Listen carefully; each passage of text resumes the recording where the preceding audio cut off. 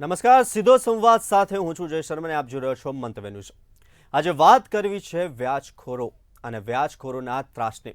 દિવસે ને દિવસે લોકોની આર્થિક સંકળામણ વધતી જઈ રહી છે। આર્થિક સંકળામણથી બચવા માટે લોકો એન કેન પ્રકારે વ્યાજે પૈસા લેતા હોય છે અને જ્યારે આ વ્યાજે પૈસા ન ચૂકવાતા તેઓને માનસિક શારીરિક ત્રાસ આપવામાં આવતો હોય છે અને ત્યારબાદ અનેક પ્રકારના પગલાઓ લેતા હોય છે। છેલ્લા ઘણા સમયથી જોવામાં આવે તો છેલ્લા એક મહિનાની અંદર લગભગ 30 થી 32 આત્મહત્યાના પ્રયાસો કે આત્મહત્યાની ઘટનાઓ બની છે, તે પણ માત્ર ને માત્ર વ્યાજખોરોના ત્રાસને લઈને। ત્યારે આજે સીધો સંવાદમાં વાત કરીશું વ્યાજખોરોના આતંક વિશે।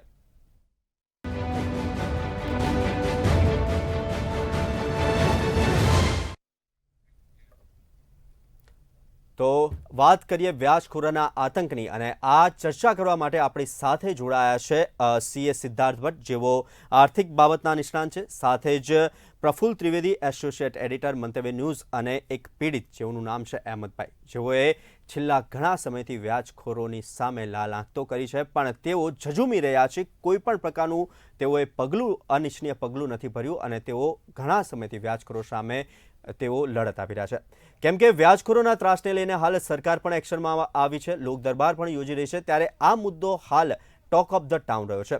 સૌથી પહેલા અહેમદભાઈ આપની પાસે આવવા માંગીશ। અહેમદભાઈ, કે તમે કેટલા સમયથી આ વ્યાજખોરોના ચંગુલની અંદર ભરાયેલા છો? मैं 3 साल जी इसमें ब्याज में भरा हुआ हूँ। 1 लाख रुपया मैंने लिया था, लाख के मैंने 7 लाख रुपए भर दिए। लाख वहाँ के वहाँ ही है और मेरे को बहुत टॉर्चर करते करते करते मेरे को हैरान कर दिया, बहुत हैरान कर दिया। छेल्ले मैंने मेरी दुकान भाड़े सी दे दी, 5 लाख रुपए जो पगड़ी आए वो पगड़ी भी ले गए। छेल्ले मेरी औरत के 10-16 दागिने, तो वो दागिने भी ये लोग ले गए। सज्जाद और इरशाद करके है, ये दोनों ने मेरे को बहुत तलाश कराया। दुबई सज्जाद जी। अहमदभाई, सबसे पहले वो पूछना चाहूँगा कि केवा संजोगों आव्या कि तमारे व्याजे पैसा लेवा पड़ा? भाई मेरे को थोड़ा तकलीफ था, इसके हिसाब से मैंने ब्याज पे पैसा लिया। दर महीने में 20% इनको पैसा देता था। जब भी मेरे पे टॉर्चर करते, 3 महीने से मैंने इनको ब्याज का पैसा दिया नहीं है, इसके लिए मेरे को बहुत टॉर्चर करा है, बहुत टॉर्चर करा। छेल्ले मेरी दुकान भाड़े से मैंने दे दी, 5 लाख रुपये पगड़ी लेके सामने वालों को पगड़ी के मैंने पैसे भी दे दिए। તમે 1 લાખ રૂપિયા લીધેલા અને અત્યાર સુધીમાં તમે કેટલા રૂપિયા આપ્યા છે? 7 लाख रुपया ભરી દીધા। 1 લાખના આ અહેમદભાઈએ 7 લાખ પણ આપી દીધા છે અને વ્યાજખોરો હજુ પણ તેમની પાસે પઠાણી ઉઘરાણી કરી રહ્યા છે। અહેમદભાઈ, આપ જો ये घटना बनी उसके बाद किसके पास गए અને કોને તમને મદદ કરી? मेरे को मदद करी कमिश्नर ऑफिस ने, भट्ट साहब ने मदद करी कि तेरे को न्याय मिलेगा, टेंशन ना ले। मेरे को भट्ट साहब का आभार है। भट्ट साहब ने बहुत अच्छा मेरे से अच्छी बात करी, बुलाया अंदर बिठाया, मेरे से बात करा, बोले टेंशन मत ले, तेरा हल अच्छा हो जाएगा। જે ચોક્કસથી જે પ્રમાણે દિવસે ને દિવસે આતંક વધી રહ્યો છે વ્યાજખોરોનો, પ્રફુલ્લ સર તમારી પાસે આવવા માંગીશ। વ્યાજખોરોના ત્રાસના કારણે ઘણા સમયથી સુસાઇડના કેસો પણ વધી રહ્યા છે, સાથે જ વ્યાજખોરોનો આતંક સામે આવી રહ્યો છે, માનસિક શારીરિક ત્રાસના ઘણા બનાવો સામે આવી રહ્યા છે, તેને લઈને શું કહેશો? જયભાઈ, આપણે એમને એક પ્રશ્ન એ પણ પૂછવો જોઈએ કે બેંકો કે બીજી કોઈ નાણાકીય સંસ્થાને બદલે એમના ખાનગી લોકો પાસેથી કેમ પૈસા લેવા પડ્યા, એ કહેશો આપ અહેમદભાઈ? मुझे तकलीफ थी, इसके हिसाब से मैंने पैसा लिया, लाख रुपया, लाख के मैंने 7 लाख रुपए भर नहीं, चुका हूं। आप किसके पास गए थे? अगर आपके पास दुकान थी तो आप बैंक में से ले सकते थे, कोई उसके पास से लेने से खानगी व्यक्ति से क्यों लिया? बैंक में मैं गया तो मुझे ना कह दिया, बोले आपको लोन नहीं मिल सकता, बोले। अच्छा, जो यह આ વાત જ મહત્વની છે જયભાઈ, કે બેંકો અને નાણાકીય સંસ્થાઓ છે એ સામાન્ય લોકોને ધિરાણ આપતા નથી, જેને કારણે એ લોકોને ખાનગી જે ધીરધારનો ધંધો કરવાવાળા છે, જે વ્યાજખોરો છે, જેનો માટે તમે આતંક શબ્દ વાપર્યો છે, એના શરણે જવું પડે છે અને એ લોકો 20-20% વ્યાજ કે એથી પણ વધારે લે છે, એની ઉઘરાણી પઠાણી હોય છે અને એ લોકોની જે ધમકીઓ એ કક્ષાની હોય છે કે ઘણા બધા જો ડરપોક માણસો હોય છે અને પૈસા લીધેલા હોય તો એ ડરી જઈને પોતે તો સુસાઇડ કરી લે, ઘણા તો સામૂહિક આખું કુટુંબ સાથે સુસાઇડ કરી લેતા હોય છે। આ બાબત અત્યંત ગંભીર છે અને એક બાબતનો આપણને અત્યારે સંતોષ છે કે રાજ્ય સરકારનું આ દિશામાં ધ્યાન ગયું છે અને કડક પગલાં લેવાનું ચાલુ કર્યું છે। મુખ્યમંત્રી ભૂપેન્દ્ર પટેલ અને ગૃહમંત્રી રાજ્ય કક્ષાના હર્ષ સંઘવી બંનેએ રસ લીધો અને આ દિશામાં કડક પગલાં લેવાનું ચાલુ કર્યું, જેનાથી આ ચુંગલમાંથી લોકોનો છુટકારો થશે એવું આપણે કલ્પી શકીએ. કારણ કે આ જે ખાનગી વ્યાજખોરો છે એની જે ધમકીની ભાષા હોય છે એમાં ઘણા બધા લોકો છે એ પોતાનું મકાન વેચી દેતા હોય છે કે મકાનને સામેવાળાને આપી દઈને કે ઘરેણાં આપી દઈને છુટકારો લેવા પ્રયત્ન કરતા હોય છે. હવે કેટલા લોકો ધિરાણ આપતા હોય છે. એક તો બેન્કો ધિરાણ આપતી હોય છે, પરંતુ બેંકમાં જે છે જે પગારદાર વ્યક્તિ છે જેની ચોક્કસ આવક છે એ બતાવી શકે, ઇન્કમટેક્સનું રિટર્ન ભરતા હોય એ લોકોને જ આપે છે. એમાંય પણ સિનિયર સિટીઝનને નથી આપતા. આ બહુ તમને નવાઈ લાગશે કે સિનિયર સિટીઝન એનું કિંમતી મકાન ગીરવે મૂકવા જાય તો એને લોન નથી મળતી મકાન ઉપર. એને એમ કહે કે તમારા સંતાનના નામે લો. હવે જે લોકોને પૈસાની જરૂર છે, માંદગી છે, ઘરે વિવાહ આવે છે કે કોઈ મકાન ખરીદ્યું છે કે બીજું કોઈ એવા સંજોગો ઊભા થઈ ગયા છે કે જેના માટે પૈસાની બહુ તાતી જરૂર છે, તો એ લોકો પોતાના સોનાના ઘરેણાં કે મકાન કે જમીન કે ખેતર એ ગીરવે મૂકી અને આ વ્યાજખોરો પાસેથી પૈસા લેતા હોય છે. એટલે બેન્કો છે એ એક પહેલો સોર્સ છે. બીજો સોર્સ છે સહકારી મંડળીઓ. બેન્કોમાં એક વસ્તુ છે કે છુપા ચાર્જીસ હોય છે, પણ એ આપણે અત્યારે ના સબ્જેક્ટ ઉપર જઈએ. સહકારી બેન્કોનો વ્યાજના દર ઊંચા હોય છે, સહકારી મંડળીઓના વ્યાજના દર ઊંચા હોય છે. પછી ઓનલાઈન ધિરાણની પ્રક્રિયા પણ હવે ચાલુ થઈ છે અને એમાં પણ ઘણા બધા ફ્રોડ થવાની એક ડર હોય છે. અને સરાફી પેઢી અને નાણાં ધીરતી કંપનીઓ એ પણ અત્યારે મેદાનમાં છે. ઘણી બધી જે કંપનીઓ છે જે સોના સામે તમને નાણાં ધીરે છે. અને જે છેલ્લો પ્રકાર છે કે જેના માટે અત્યારે સરકારે જાગવું પડ્યું છે એ ગેરકાયદે ધિરાણ કરનારાઓ કે જેમની પાસે લાયસન્સ નથી હોતું અને લાયસન્સ હોય તો એની જે શરતો છે એનું પાલન નથી કરતા અને જે પૈસા લેવા આવનાર માણસ છે એની પાસેથી ગમે તે વસ્તુ લખાવી લે છે કે જેને કારણે એને કાયદાનું રક્ષણ મેળવવામાં પણ તકલીફ પડે છે. અને પોલીસ એ વ્યાજખોરને પકડવા જાય તો એની પાસે નક્કર પુરાવાનો પણ પ્રશ્ન ઊભો થાય છે, કારણ કે એણે જેને પૈસા આપ્યા છે એની પાસે એવી વસ્તુઓ લખાવી લીધેલી હોય છે કે ઝડપથી ચુંગલમાં ના આવે. જે ચોક્કસથી અહેમદભાઈ, તમે જ્યારે લોનની અંદર પૈસા માગવા ગયા ત્યારે તમારી જોડે કેવા પ્રકારના કાગળ માગવામાં આવેલા અને તમને શું જવાબ આપવામાં આવ્યો હતો? मेरे को बोले कि आपका एरिया बोले नेकेड ही आता है, आपको लोन नहीं मिल सकता. જી ચોક્કસથી સિદ્ધાર્થભાઈ, હવે તમારી પાસે આવવા માંગીશ કે વ્યાજખોરોના ચુંગલની અંદર પહોંચતા પહેલાં લોકો બેંક પાસે જાય છે, બેંક પાસે લોન મેળવવાનો પ્રયત્ન કરતા હોય છે, પણ તેઓને બેંક તરફથી લોન નથી મળતી. તો બેંકોએ આને લઈને કંઈ વિચારવું જોઈએ, તમારું શું કહેવું છે? હવે આપની વાત 100% સાચી છે. બેંક તો એની પ્રક્રિયા અનુસાર જ છે અને જે લોન લેવાનું કામ છે તો રિઝર્વ બેંક ઓફ ઇન્ડિયાએ એના માર્ગદર્શિકા બહાર પાડી હોય અને દરેક બેંકોને પોતપોતાની ઇન્ટરનલ માર્ગદર્શિકા પણ હોય છે. એના ક્રાઇટેરિયા પ્રમાણે જ એ લોકો કામ કરતા હોય છે. સરકારી બેંક પણ એમાં આવી ગઈ, પ્રાઇવેટ બેંક પણ આવી ગઈ અને હવે જે ત્રિવેદી સાહેબે આગળ વાત કરી કે નોન બેન્કિંગ ફાઇનાન્સ કંપની, 1000 કરતાં વધારે નોન બેન્કિંગ ફાઇનાન્સ કંપની ભારતમાં રજિસ્ટર્ડ છે. અને શરાફી પેઢીની તો આપણે વાત જ નથી કરતા, એ તો એક અલગ દુનિયા જ એની છે. પરંતુ જે બેંકને કાગળિયા જોઈએ એ બહુ સ્વાભાવિક વસ્તુ છે, કારણ કે બેંકે પણ એની સિસ્ટમ, એનું તંત્ર ચલાવવાનું છે. એટલે એક સમય એવો આવ્યો હતો કે જે લોકો પ્રાઇવેટ લોકો પાસેથી શરાફી પાસેથી પૈસા લે છે તો એમની પાસે કાગળિયા ડોક્યુમેન્ટેશન હોતા નથી. કેવા ડોક્યુમેન્ટેશન હોતા નથી? ન તો એમનું ઇન્કમટેક્સ રિટર્ન ભરતા હોય છે, ના તો કોઈ પ્રોપર્ટીના ડોક્યુમેન્ટ હોય છે, અથવા તો કોઈ જામીનગીરી તરીકે કશું આપી શકતા નથી. હવે આપણે બેંકના પર્સપેક્ટિવથી પણ વિચારીએ કે જો બેંક બધાને પૈસા આપે રાખે તો આપણા જે લોન લેનારા છે એમાં 2 પ્રકારના હોય છે કે ધંધા માટે લોન લેવાની અરજી કરતા હોય અને પર્સનલ વસ્તુ માટે એ પૈસા વાપરી નાખતા હોય છે. એટલે બેંકોને એવા કડવા અનુભવ થયા છે. એટલે જે લોકોનો સિબિલ સ્કોર નેગેટિવ હોય છે અથવા તો કોઈ આધારભૂત પુરાવા નથી હોતા તો બેંક મેનેજર એવી રીતે એ લોન ન આપી શકે. જો એ એવી રીતે લોન આપે અને NPA થાય એટલે કે ઉઠમણું થાય તો એ બેંક મેનેજરની જવાબદારી આવે છે, એનું પ્રમોશન અટકી જાય છે. એટલે કોઈ પણ વ્યક્તિ એવું ના ઈચ્છે કે ભાઈ મારા પેટ ઉપર લાત વાગે કે મને ડિમોશન થાય, એટલે એ લોકો બહુ સેફર સાઈડ ઉપર રમતા હોય છે. હવે વાત આવી કે આ વ્યાજખોરો પાસેથી કોણ નાણાં લે છે, તો આપણા શહેરના જે ધંધાદારીઓ હોય છે ક્યાંક ધંધામાં જરૂરિયાત ઊભી થઈ એમને બેન્કિંગ ચેનલથી લોનની ક્રાઇટેરિયા પૂરા થઈ ગયા અને વધારે પૈસાની જરૂર પડે તો એ લોકો 2% વ્યાજે પૈસા લેતા હોય છે. અને આપણા ગ્રામીણ વિસ્તારના લોકો, ખેડૂત લોકો કે એમને એમની દીકરીઓને પરણાવવાની હોય છે, સામાજિક પ્રસંગો કરવાના હોય છે, તો એમાં બહુ ખરપાઈ જતા હોય છે. એટલે એમાં એવા પણ કિસ્સા આવ્યા છે કે એમને એમનો ખેતીલાયક જમીન પણ આપી દેવી પડતી હોય છે. એટલે જે આરબીઆઈના નિયમો છે, ક્રાઇટેરિયા છે, એ વધારે સુલભ્ય બને અને થોડું કોણી દ્રષ્ટિ રાખે તો કદાચ આ ઇસ્યુથી સોર્ટ આઉટ થઈ શકે છે. બીજું ઇઝી મની, આપણા જે લોન લેનાર છે એ પણ ક્યાંક ને ક્યાંક ઇઝી મની તરફ આકર્ષાય છે. જેમ ત્રિવેદી સાહેબે કીધું કે ઓનલાઈન લોન આપણને મળે છે તો એ વિધાઉટ મચ ડોક્યુમેન્ટ વગર તમને લોન આપી દેતા હોય છે, પરંતુ એની જે પઠાણી ઉઘરાણી થાય છે, જે બાઉન્સરો મૂકવામાં આવે છે, એનાથી જે કનડગત થાય છે, લોકોને શારીરિક, આર્થિક, માનસિક અને સામાજિક પરેશાની થાય છે. તો શક્ય રસ્તો એ જ છે કે પ્રાઇવેટ પેઢીઓ પાસેથી શક્ય હોય તો લોન ના લેવી જોઈએ. થોડું કરકસર કરીને સંયમિત જીવન જીવીને પણ 2 ટંક 1 રોટલી ના થાય તો અડધી રોટલીથી ચલાવો.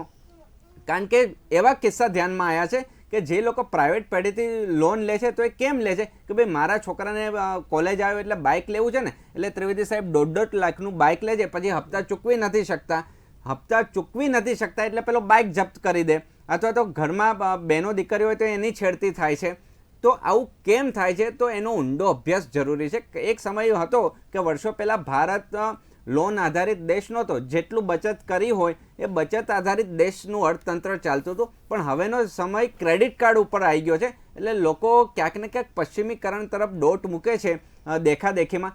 એની આ બધી કઠામણ પણોજણ છે. અને બીજો મુદ્દો જે સટ્ટા બજારમાં છે, જે વાયદા બજારમાં છે, એ લોકો આ 2 નંબરી લોકો પાસેથી લોન લે છે, એ લોન ભરી નથી શકતા, એટલે એને પેલું હારેલો જુગારી બમણું રમે, એના આધાર ઉપર, એના નીતિ ઉપર આ બધા ચાલે છે. હજી થોડી લોન લઈ લો, જૂની લોન ચૂકતે કરો, એમાં ને એમાં દેવાના ચક્રમાં એવા ફસાઈ જાય છે કે આમાં કેવું અતિશયોક્તિ નહીં થાય. જેમ ચાઇના નાના દેશોને, ગરીબ દેશોને ડેટ ટ્રેપિંગમાં કરે છે, તો ક્યાંક ને ક્યાંક એવું આપણા દેશમાં પણ આ શરાફી પ્રાઇવેટ લોકો કરી રહ્યા છે, જે પઠાણી ઉઘરાણીઓ કરે છે.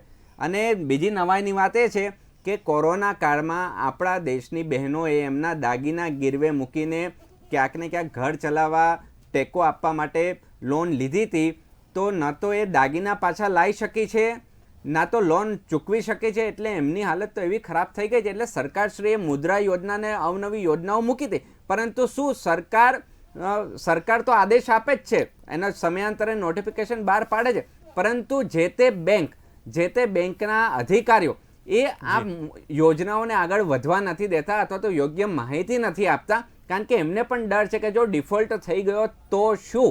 એટલે આ એક યક્ષ પ્રશ્ન છે. થોડી હિંમત બધી બાજુએથી રાખવી પડશે. આપણે નીતિ અને સારા માર્ગે જવું પડશે, અને બેન્કોએ પણ યોગ્ય પદ્ધતિએ ન્યાય આપવો પડશે. એને ટૂંકા ગાળાની પર્સનલ લોનની જરૂર હોય તો ટેકો આપવો પડે, કારણ કે બેંકની પઠાણી ઉઘરાણી હોતી નથી, વ્યાજખોરોની હોય છે. એટલે બધાની સંયુક્ત જવાબદારી છે. પ્રફુલભાઈ, તમારી પાસે આવવા માંગીશ, એની પહેલાં હું જઈશ અહેમદભાઈ પાસે. અહેમદભાઈ, તમે જે પ્રમાણે લોન માટે બી ગયા, ત્યાંથી પણ ના પાડવામાં આવી, ત્યારબાદ તમને કોણે સુઝાવ આપ્યો કે તમને પૈસા અપાવી દઈશ, કે પછી ત્યારબાદ તમે કેટલા જણ જોડેથી પૈસા લીધા અને દિવસે ને દિવસે આ ચંગુલમાં અંદર ગયા? मैंने साहब 2 जनों से पैसा लिया, एक इरशाद, एक सज्जा से पैसा मैंने लिया, लाख रुपया लिया, लाख के मैंने 7 लाख रुपया भर चुका हूँ.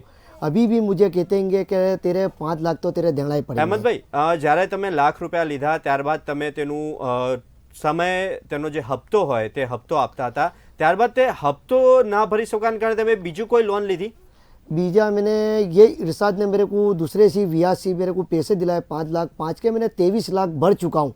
और अभी भी दुबई से मेरे पे रात को मैसेज आते हैं कि मैं इधर आऊँगा तो तुझे देख लूँगा.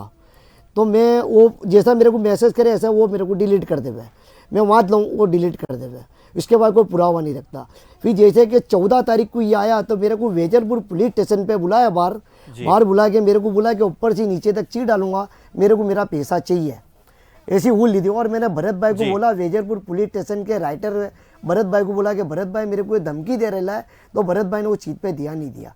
बोले इधर गाड़ी भी रख दिया, चौपड़ी भी रख दिया, सब कुछ रखा दिया। जी जी जी और मेरे घर पे से मैं सिर्फ 5 दिन से गायब हो गया था। जी। कारण पुलिस स्टेशन पे भी बताया, मेरे छोकरे ने रात को 12 बजे उठा कि मेरे पप्पा गायब हो गए, तो उसकी छानबीन हुई।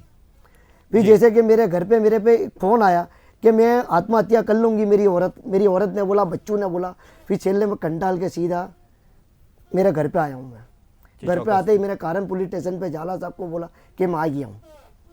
और अभी भी मैंने 5 के 23 लाख रुपए भर चुका हूँ, अभी भी 5 वहाँ के वहाँ ही है। इसका मेरे को इंसाफ चाहिए। छेले कंटाल के कमिश्नर ऑफिस में गया, कमिश्नर ऑफिस में भट्ट साहब से मिला। भट्ट साहब ने बोला कि वांदा नहीं, टेंशन ना ले, तेरा हल हो जाएगा। भट्ट साहब की बहुत बड़ी मेहरबानी है। भट्ट साहब की अल्लाह उम्र लंबी करे, भगवान जी। इनकी लंबी उम्र करे। भट्ट साहब बहुत अच्छे इंसान है, बहुत अच्छा है। અહેમદ ભાઈ આપકો રૂકાના ચાહુંગા। પ્રફુલ સર, જે પ્રમાણે એમણે કીધું કે એક લોન, ત્યારબાદ તે લોન ભરવા માટે બીજી લોન, જે રીતના આપણા સીએ સરે બી કીધું, અને ત્યારબાદ આ ચુંગાલની અંદર તેમના જ મળતિયા દ્વારા બીજી લોન, એટલે એકવાર તમે ફસાઈ ગયા પછી આ ચુંગાલમાંથી બહાર નથી આવવા દેતા કે તેમને બહાર નીકળવા નથી દેતા, તેને લઈને શું કહેશો? હા, એક પ્રકારનું દલદલ હોય છે જે એક વખત તમારો પગ અંદર પડી ગયો તો તમે જેટલા તરફડિયા મારો એટલા ઊંડા જતા જાઓ। કારણ કે વ્યાજને છે ને, મારા મધર કહેતા હતા એમની લોક બોલીની ભાષામાં કે વ્યાજને ઘોડાય ના આંબે, કોઈ દિવસ વ્યાજથી પૈસા ના લેવા। એને તમે છે ને વ્યાજમાં એક વખત તમે ગયા એટલે અંદર ઊંડા ઉતરતા જાઓ। સિદ્ધાર્થભાઈએ જે વાત કરી ને એ હું બીજા શબ્દોમાં કહું છું કે ભાઈ જેટલી પછેડી હોય એટલા જ પગ લાંબા કરો એમ। વધારે પગ લાંબા કરશો તો નીચે ઠંડી લાગવાની જ છે। એટલે પછેડી જેટલા જ પગ લાંબા કરો, કરકસરથી જીવો તો મોટા આ પ્રશ્નો નથી આવતા હોતા।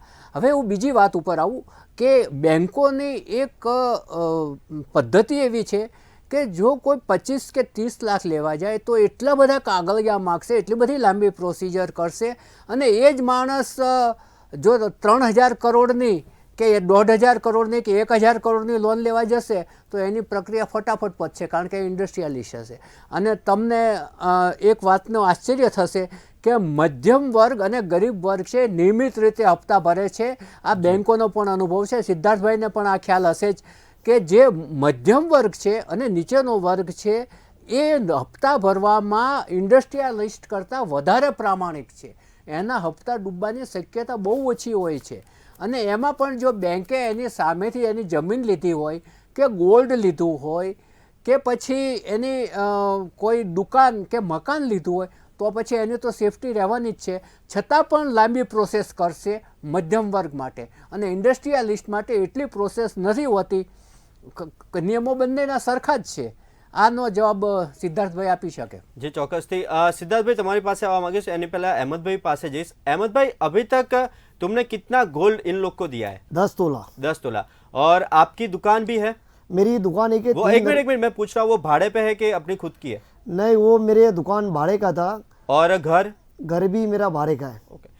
સિદ્ધાર્થ ભાઈ, તમારી પાસે આવવા માંગીશ કે અત્યારે ગોલ્ડ ઉપર પણ લોન મળી રહી છે, એટલે ક્યાંક અવેરનેસ નથી, તેને લઈને પણ વ્યાજખોરના આ ચુંગાલમાં લોકો ભરાઈ રહ્યા છે, તેને લઈને શું કહેશો? હા, આપની વાત 100% સાચી છે। અવેરનેસ, નાણાકીય જાગૃતતા, ફાઇનાન્શિયલ લિટરસી અને બેંકની સરકારી યોજનાઓ જન સુધી કઈ રીતે પહોંચે એની માહિતી નથી હોતી। કારણ કે દાખલા તરીકે આપણે ગુજરાતની વાત કરીએ તો ગુજરાતમાં કમ્પેરેટિવલી સારું છે પછાત રાજ્યો કરતાં, કારણ કે જે કોઓપરેટિવ બેંક હતી અથવા તો જે એનજીઓ બેંક છે, તો આ મુદ્દે સ્વર્ગસ્થ ઈલાબેન ભટ્ટની સેવા બેંકની વાત મૂકવી પડે કે એમણે આપણા ગુજરાતની બહેનોને જે વ્યાજખોરોના ચંગુલમાંથી એમનાથી બહાર નીકાળ્યા છે, શાકભાજીવાળા બહેનો। કારણ કે આ જે માઇક્રો એન્ટરપ્રિન્યોર છે એ લોકો આમાં વધારે ચંગુલમાં ફસાઈ જતા હોય છે, કારણ કે એમને ક્યાંક ને ક્યાંક નાણાંની જરૂર હોય છે, ઘર એમને ચલાવવાનું હોય છે। પણ એવા લોકો કેટલા જે સારી ભાવનાથી આગળ વધતા હોય છે, અને જે નીતિ નિયમો છે એ તો ફોલો કરવા જ પડે। એના માટે જ સરકારશ્રીએ જનધન યોજના અને મુદ્રાનું આટલો મોટો પ્રચાર પ્રસાર કર્યો હતો, પરંતુ ખાટલે મોટી ખોડે છે કે બેંક જ્યાં સુધી આ નાના લોકોને ટેકો નહીં આપે તો આ વિષ ચક્ર તો એવું ને એવું ચાલતું રહેવાનું છે। અને સાથે સાથે સિબિલ એ પણ આપણા દર્શક મિત્રોને જાણવું જોઈએ કે તમારો સિબિલ સ્કોર કેટલો છે। જેટલો તમારો સિબિલ સ્કોર એટલે રેટિંગ કહેવાય, તમારું જેટલું રેટિંગ સારું એટલી લોન મેળવવાની શક્યતા વધારે, અને રેટિંગ જેટલું ઓછું તમારું તો લોન મેળવવાની શક્યતા એટલી ઓછી। એટલે ફિઝિબિલિટી સ્ટડી કે બેંકોની આંટીઘૂંટી શું છે, બેંકોએ પણ સરળીકરણ અપનાવવું પડે, પ્રાદેશિક ભાષામાં લખવું પડે, કારણ કે ઇંગ્લિશમાં લખે એટલે અડધા લોકોને ખબર પડતી નથી. સિદ્ધાર્થભાઈ, મારો પ્રશ્ન તમને એ હતો કે નાના માણસોને લોન આપતી વખતે ખૂબ જ ચિકાસ કરે છે, લાંબી પ્રોસેસ કરે છે, એટલી જ પ્રોસેસ 1000 કે 1500ની જે કરોડની લોન લેતા હોય એના માટે નથી કરતા. એનું કારણ શું? હવે આપણે બેન્કિંગ સિસ્ટમની આપ સૌ પરિચિત છો મંતવ્યના દર્શક મિત્રો. તો જ્યારે આપણે બેંકમાં જઈએ તો આપણે નાના માણસ છે એટલે ધક્કા ખાવા પડે છે, અને પેલો મોટો વેપારી આવે છે અને એ ભલે ને CCOD એની ચાલતી હોય 5 કરોડ 10 કરોડની 50 કરોડનું દેવું ચાલતું હોય, સૌથી વધારે એ જ ડૂબાડે છે. સૌથી વધારે એ જ ડૂબાડે છે. કારણ કે જે ભૂતકાળમાં આપણે જોયું છે, પરદેશ ભાગી ગયા છે, 3000 કરોડનું ફૂલેકું ફેરવ્યું, 11000 કરોડનું ફૂલેકું ફેરવ્યું, પણ એ લોકો બિંગ ચાર્ટર્ડ વ્યવસાય ચાર્ટર્ડ એકાઉન્ટન્ટ હોવાથી આ બધી આંટી ઘૂંટી જાણતા હોઈએ કે એ લોકો ચોપડા એવી રીતે ચિતરે છે ને કે બેંકના ક્રાઇટેરિયામાં ફિટ થઈ જાય છે. બેલેન્સ શીટનો જે વિન્ડો ડ્રેસિંગ શબ્દ કહેવામાં આવે છે. બેંક હંમેશા કાગળ ઉપર ચાલતી હોય છે. કાગળ એને પરફેક્ટ આપી દો, કદાચ એમને પણ ખબર હોય છે કે આ બધા બોગસ અકાઉન્ટિંગ થયા છે, પરંતુ કાગળ ઉપર સુવ્યવસ્થિત બેસે છે એટલે ડ્યુ ડિલિજન્સ વાપરતા નથી, અથવા તો ક્યાંક ને ક્યાંક અમુક અંશે એવા લોકો પણ બેઠા છે જે લાંચ રૂશ્વતથી આ બધું ચાલતું હોય છે. એટલે જે મિલીભગત છે તો એ મોટા માણસને લાલ જાજમ પાથરે છે, અને નાના વેપારીને ખબર છે એ કંઈ લાંચ રૂશ્વત આપી શકવાના નથી. એ જો ડિફોલ્ટ કરશે તો આપણે દોડતા જવું પડશે, એટલે એમને પરેશાની થાય છે. જી ચોક્કસથી. પ્રફુલ્લ સર, સમયનો અભાવ છે પણ તમારી પાસે આવવા માંગીશ. જે પ્રમાણે આત્મહત્યાના આંકડાઓ વધી રહ્યા છે, છેલ્લા 10 વર્ષના આંકડાઓની વાત કરીએ તો પહેલાં દરરોજ 5 વ્યક્તિઓ આત્મહત્યા કર્યા હતા, તેને બદલે હવે તેના સીધા 6ના બદલે હવે સીધા 9 વ્યક્તિઓ થઈ ગયા છે. સર, આત્મહત્યા પાછળનું કારણ શું હોઈ શકે અને કેમ આવી રીતના વ્યાજખોરોનો ત્રાસ દિવસે ને દિવસે વધી રહ્યો છે, અને આ લોક દરબાર હાલ જે ભરાઈ રહ્યા છે તે કેટલા કારગત સાબિત થશે? પહેલાં રોજની 6 આત્મહત્યા થતી હતી વ્યાજખોરોના ત્રાસથી, હવે 9 થાય છે. એટલે તમે જુઓ સીધો 50%નો વધારો છે. આ બહુ મોટો વધારો કહેવાય. અને સરકારે જાગી છે અને તમામ પોલીસ અધિકારીઓને સૂચના આપી છે કે વ્યાજખોરોની ચુંગલમાંથી સામાન્ય જન જે પીડાઈ રહ્યો છે એને છોડાવો. પરંતુ એની સાથે સાથે એક સમાંતર વ્યવસ્થા એવી પણ કરવી જોઈએ કે સામાન્ય લોકોને જે તે નાણાં સંસ્થામાંથી સરળતાથી લોન મળે. જો ત્યાંથી સરળતાથી મળશે તો એ ઓટોમેટિક પહેલાં લોકોનો ધંધો તૂટી જવાનો છે, પરંતુ એ નથી મળતું માટે ત્યાં જઈને ફસાય છે.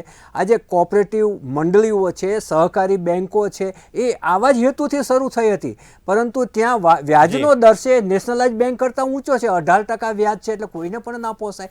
એટલે એ બધું છે એ સરળીકરણ થવું જોઈએ. જે રીતે આ સેવા બેંકને એ બધાએ નાના જે ઠેલાવાળા છે, શાકભાજી વેચવાવાળા છે, એ લોકોને લોનો આપી, કોઈને 20,000 આપે, કોઈને 25,000 આપે, એ ભરાઈ જાય એટલે બીજી જરૂરિયાત આપે, અને એમ કરીને એ લોકોનો ધંધો વિકસે એમાં એમણે આ બેંકે મદદ કરી હતી, અને એની આખી રાષ્ટ્રીય કક્ષાએ નોંધ લેવાની હતી.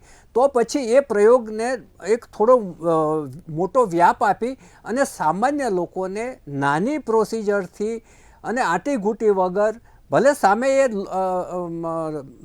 ઘરેણાં લે કે એની કોઈ દુકાન ગીરવે મુકાવે કે એનું ઘર મુકાવે, પરંતુ એ લોન છે એનું સરળીકરણ થવું જોઈએ.